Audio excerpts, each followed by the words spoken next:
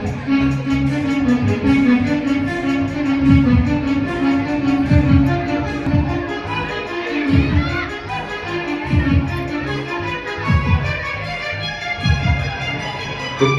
तौमत्र एवं चिंतस मनसा उपविष्ट कथम पिता किं तुभ्यम अक्रुधत्?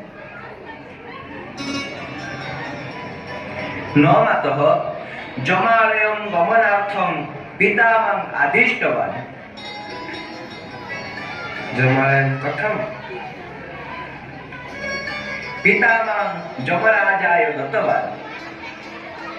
अरे पुत्र, पिता तव गदानाय व्यस्त अस्ति, अन्य मनुष्य कारणात् एवं कथयत करपि पिता किं पुत्रस्य मुक्तिमिच्छति? एतत् कदापि न सम्भवे पुत्र। मम पिता महर्षि भवति, तद्वचनस्य मूल्यमस्ति। जमराजेन सह मिलनार्थं मह्यम् अनुमति देहि मातः। मातृपक्षे एतत् न सम्भवे पुत्र। त्वां परित्यज्य अहं कथं जीविष्यामि? कः कुत्र कथं गमिष्यति? नचिकेता अस्मान् परित्यज्य जमालयं गमिष्यति। कथं? तव आदेशपालनाय। मम आदेशम्? अहम् आदेशं दत्तवान्? आश्चर्यम्! अहं तु दानकर्माणि व्यस्त आसम्। तस्मिन् गदानकर्माभ्यन्तरे अहं त्वां जमाय प्रदत्तवान् इति त्वम् उक्तवान्। तस्मात् कारणात् नचिकेता अद्य जमालयं गन्तुं दृढप्रतिज्ञा अस्ति। कार्यव्यस्तता हेतः अन्यमनस्केन एवं भवेत्, किन्तु अत्र तदेव न कर्तव्यम्।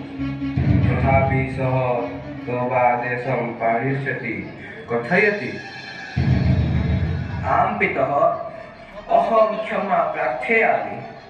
भवतः सत्यरक्षार्थम् अहं जमालयं गमिष्यामि।